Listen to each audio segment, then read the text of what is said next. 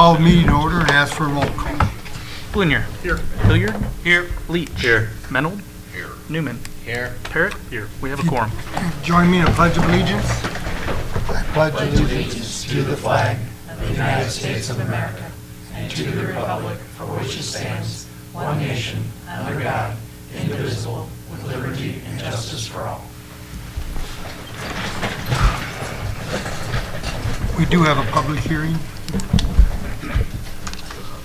Public hearing is being held tonight on ordinance number 24-12, which is an ordinance making appropriations for corporate purposes for the fiscal year beginning May 1st, 2023 and ending April 30th, 2024. So if there's anybody who'd like to say anything about that?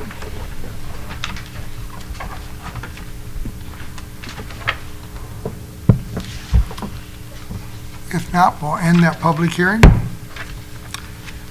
Public comments. No one here. The consent agenda tonight is the approval of the minutes, the regular meeting July 5th, 2023, and the approval of the bills. You could have a motion. Move to approve. Second. Any comments? Call the roll. Parrott. Yes. Newman. Yes. Menold. Yes. Leach. Yes. Hilliard.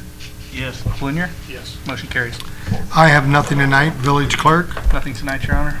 village administrator. I have one item tonight, Your Honor. I have ordinance 24-12, an ordinance making appropriations for corporate purposes for the fiscal year beginning May 1, 2023 and ending April 30th, 2024. If we could have a motion. Move approval. Second. Any comments? Call the roll. Menold. Yes. Newman. Yes. Parrott. Yes. Leach. Yes. Hilliard. Yes. Blunier. Yes. Motion carries. Chief of police. One item tonight, Your Honor, Resolution 05-24, a resolution authorizing the hiring of 3 additional full-time police officers. If we could have a motion. Move to approve. Second. Okay, would you like to make a comment? Yeah, I could probably talk on this for a couple hours, but we'll try and keep it brief. Basically, in a nutshell, it's been since 2003 since we've added to the allotment of officers within the police department. In that time frame, we've had a population growth of Would you pull that microphone just a little bit closer? approximately Make sure we don't- 12%. We've had an even bigger increase as far as in infrastructure, residential subdivisions, and businesses as well. Add into the fact, with the safety bill being passed a year and a half or so ago, the mandated training that goes along with that bill and is going to continue to be added to that bill. We've just come to a point where we need to add more officers to the department in order to effectively serve the citizens of Morton as we continue to grow. Lastly, the recommendation for the 3 officers was unanimously, that's what I'm looking for, but unanimously agreed upon with the Police and Fire Commission, supported, I should say, by the Police and Fire Commission. And money was also budgeted this year for the addition of those officers as well. So, Any comments from the trustees? I have some, Your Honor. Okay. I think to add on to the chief's remarks about some of the infrastructure, to expand on that for him, we've seen since 2006 our residential units, housing units, increased from 6,300 to 7,400. That's a significant area for the officers to potentially have calls and deal with.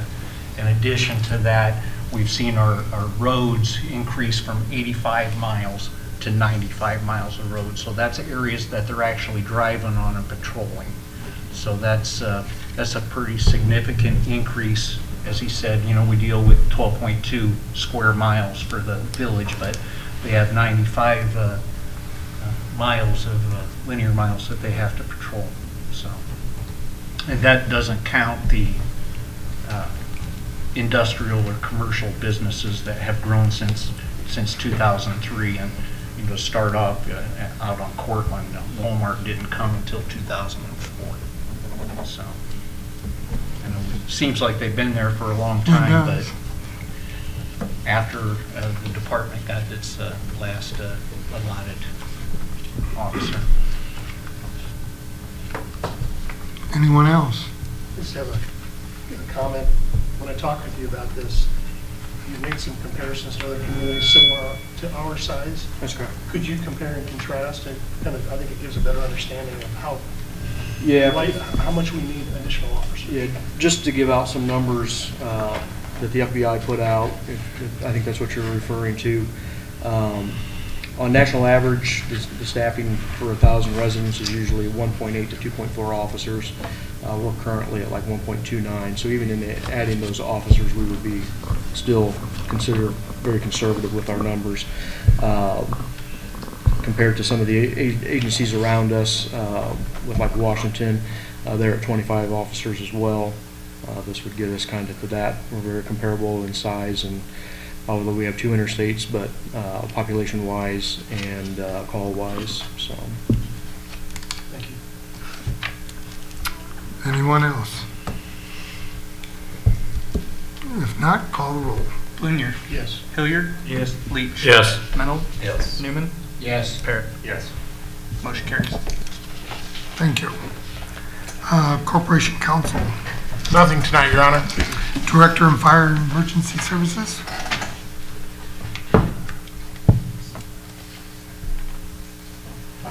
Okay.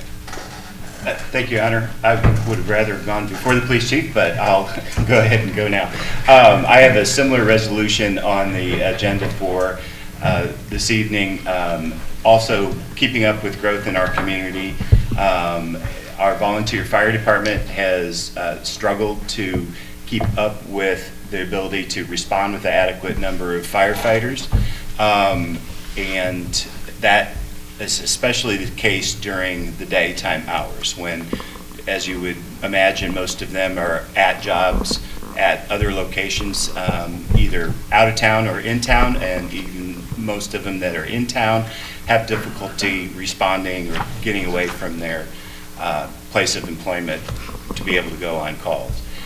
So our solution at this point is to look at hiring 5 full-time firemen that would work primarily during the daytime hours and continue to use the volunteer staff on nights and weekends. The volunteers would continue to be able to respond in as they're available for calls during the day. We're not prohibiting that, but this is just a measure to try to keep our response numbers up where they need to be. If we could have a motion for that. Move approval of Resolution 624. Second. Any comments? Yeah, go ahead. I have, sorry. It's okay. No, go ahead. I have spoke with Chief. I have some concerns with this. I can appreciate the Chief's sort of outside the box thinking. I mean, typically we're seeing fire personnel working 24 on, 48 off. This is a little bit outside the box, coming Monday through Friday, 8 to 5. But my concern is that with the 5 additional, the information that we've got, it's about $750,000, and everybody wants the fire to be able to respond to their residents or whatever. But I've seen the calls for 2022, and I've seen the calls for the first 6 months of 2023. We had 150 calls which fire responded to, not medics, and it's not fire as in, oh, it's a fire, but anytime one of the fire apparatus responded to the call, there was 150 in 2022, 83 of which were Monday through Friday between 8 and 5, and that come out to 1 call every 3.13 days. So far for this 6 months, the average is 1 call every 3.63 days. I've expressed concerns to the chief on that, and I would much rather see us look initially at a recruiting effort, whether it be contact the chamber or whatever, get a list of businesses that are chamber members and those which are not, and do some door-to-door and see what we can get as far as businesses willing to give to the community. Again, they're going to want their own business protected. I would like to think that they would appreciate protecting the other businesses in the community as well. As well, that years ago, there were members of the Morton Village Public Works that were also members of the volunteer organization. But that was sort of nixed at one time, and I would like to see us reopen that and look at that possibility to getting some of our people to give and protect our own community as well. I understand your comments, Trustee Hilliard. Those are things that we've thought long and hard about. There's a couple of things that I think it was the school year of 21-22. We had 2 calls at the high school where Chief Kelly and 1 volunteer fireman responded. Luckily, they were false alarms, but when they're responding, they don't know if it's a false alarm or not. When you see something like that happen, it's like, uh-oh. If you remember, I think it was about a year or so ago, there was the fire out at Cooper and Washington. It's part of our fire district, or part of our district that we're going to respond to. We had, I think, Chief Kelly and Assistant Chief Hale, and then 1 volunteer showed up at the downtown station and 1 showed up at the main station. And so having 4 people on the call is not sufficient, so we had to call in Washington for assistance. So we see on what I would say is unfortunately on a regular basis where we do have insufficient calls during the day. The part that I would say that is difficult, while we might think that businesses in town would be willing to give up of their personnel, even using the number that Trustee Hilliard gave, if they responded once every 3.5 days, there'd be some weeks where somebody was going to have to leave their job, and when they leave, it's not for 15 minutes. It's probably a minimum of about 4 hours. So what you have is that a business is going to have to excuse somebody to let them respond to a fire call at least once, maybe twice a week. I don't know that there's many businesses that feel that they have the staffing necessary to allow somebody to leave, for the same reason that the village has chosen not to have any of our public works employees go. You can't let a gas employee go because you don't know what he's going to be doing and what he's working on. And so what's the use of training somebody if they are working on a gas line, they can't leave, and the fire department needs to know who is going to show up.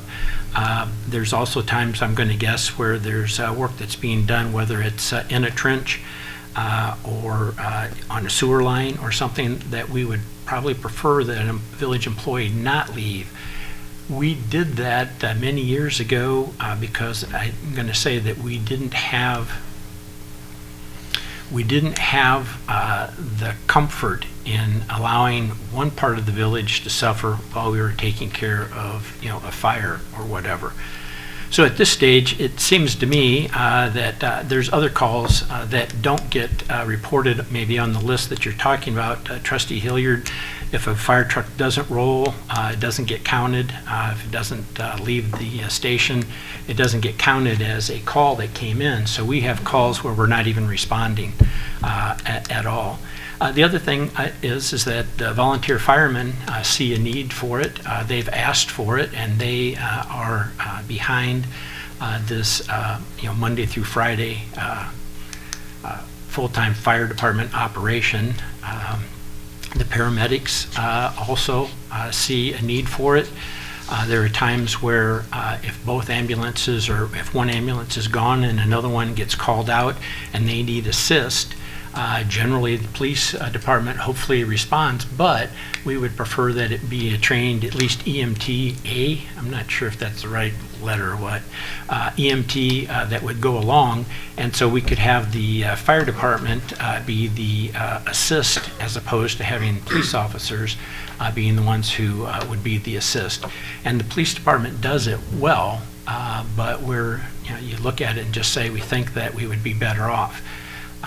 So, but looking at it, when it comes to the idea of the expense, believe me, if there's somebody here who worries about how much something's going to cost, it's me. I bug Julie with questions about money all the time, but this is one that I think that we, first need to take the step. We need to ensure that our citizens are well protected.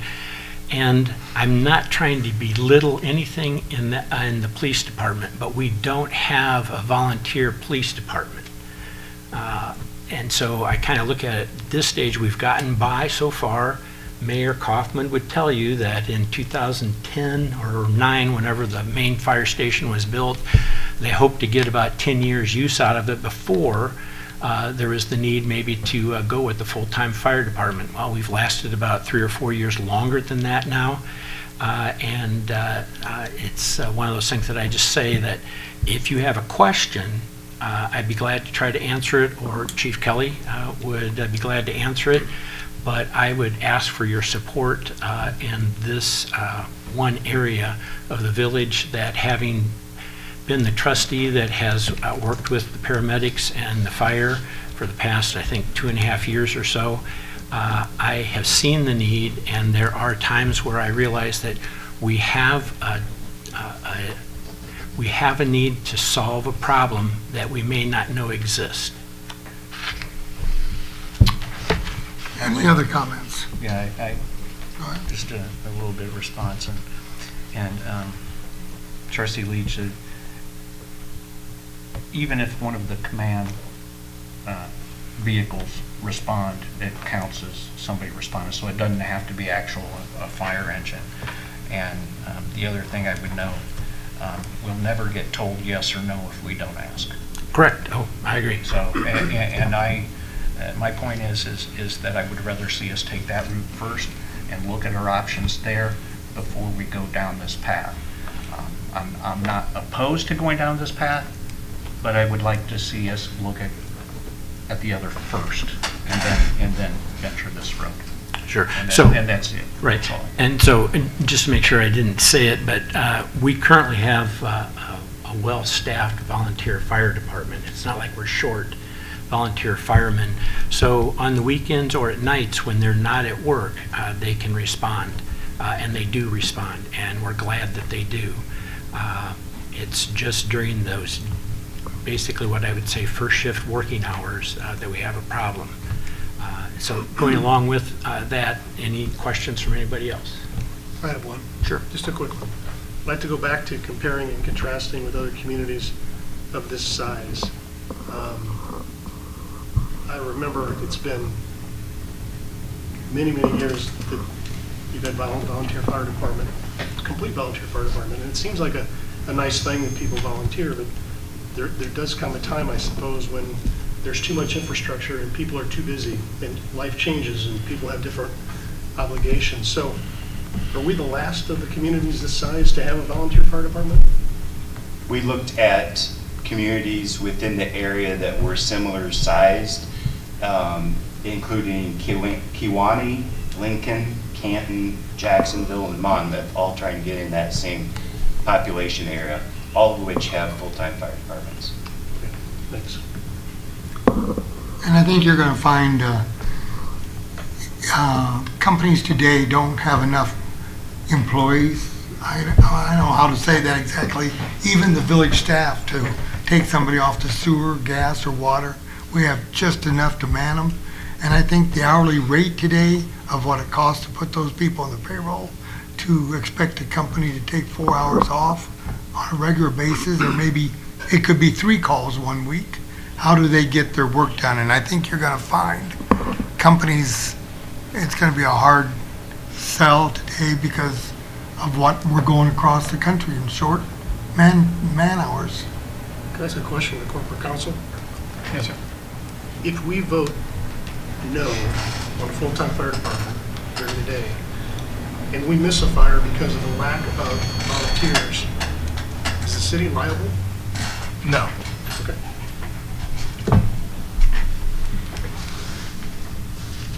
What efforts have been made to recruit? And so I lived outside the city for my whole life until 9 years ago, and watched it from the outside, but knew lots of people that were volunteers. And I always thought it was kind of the thing to do if he was, I mean, I was too far away, so, but, you know, it always interested me, you know. But what efforts have we made to recruit? Because there's a wide variety of people, employment and personal situation. Do people in our community understand the need for daytime fire? And there, you know, our chief used to be a manager of a large company, volunteer. And I was always amazed that he'd just get his truck and take off. Mm-hmm. You know, I mean, it is that was a thing that he liked to do and saw the importance of doing and whatever, but what efforts have we made to recruit, make people aware that there's a need for daytime fire? As Trustee Leach kind of alluded to there, our roster number has not significantly gone down over the last even 10 years. So we still, in fact, we just had to add more pagers because we actually have more than we did just a couple years ago. The problem has been targeting people that are available during the day and not turning away people, you know, that come in and say, hey, I want to volunteer, but I can't be here during the day. We don't send them on their way, we bring them on. One of the largest areas that we've had some availability is in retired people, which is great. However, being over 50 myself, I'll tell you that the job gets a lot harder the older that you get. So attracting especially younger people has been a big problem. And younger people who have competition with jobs, families, and so on. You know, that's where we struggle the most. We're not unique to that. Every volunteer fire department struggles with that. What's unique is our numbers continue to rise. We don't run just a few calls a month, we run several. What we have done in the last couple years is one of the most significant things. We came to the board and we eliminated the residency requirement. And part of our thought in doing that was to target people who didn't live here in town, but maybe worked in town and had the ability to leave, exactly what Trustee Hilliard is talking about. And so far we haven't found any of those people, meaning that we didn't add to our group of people because of that change. We have increased the salaries or the pay that they get per call. We have advertised on Village's website. We put electronic application out there on the website so that someone could easily apply for the job. And our biggest probably way that we find most people is just by word of mouth. One firefighter volunteer saying, hey, you'd be a good person, why don't you come on down and see what it's all about. And we encourage our current staff to do just that and try to find other people in the community that they know would be good applicants. And as I said, at the end of the day, it's not a number on a roster that's a problem, it's their availability during the day to actually respond to those calls. Thank you, Chief. Having surrounding communities help out is very common anyway with medical, I mean, the things that I've been involved with, you know, it's not uncommon for us to be full and busy and then have to call in. I saw fire on, I think it was an emergency, maybe whatever.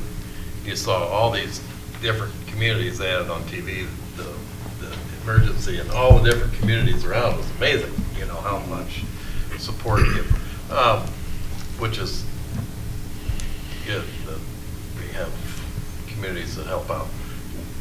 The communities around here, Do it, what's the, I mean, I know Pekin is probably full-time, but it's like Washington have, or any of those larger communities, you named the ones that have it, but Right. what are the ones that are, Currently, East Peoria and Pekin in Tazewell County are full-time departments. Washington has a full-time chief, and I'm told that they're kind of facing some of the same struggles, but they are currently volunteer as well for their fire department. And every other community then in Tazewell County is volunteer. is anybody else doing just a one-shift thing that you know of? No. Close, I mean, so this is an anomaly in and of itself. It's a approach that is, yes, for Tazewell County it is, and it's approach just to fix the problem of daytime without trying to eliminate or discourage even the volunteer staff. Thank you. Any other thoughts or questions? If not, call the roll. Leach. Yes. Hilliard. No. Blunier. Yes. Parrot. Yes. Newman. Yes. Mennel. Yes. Motion carries. Thank you, gentlemen. Director of Public Works. Nothing tonight, Your Honor. Zoning and Code, Mark's on vacation. Village trustees, anyone have anything else tonight? If not, I'd like to have a motion to adjourn. Move to adjourn. All those in favor? Aye.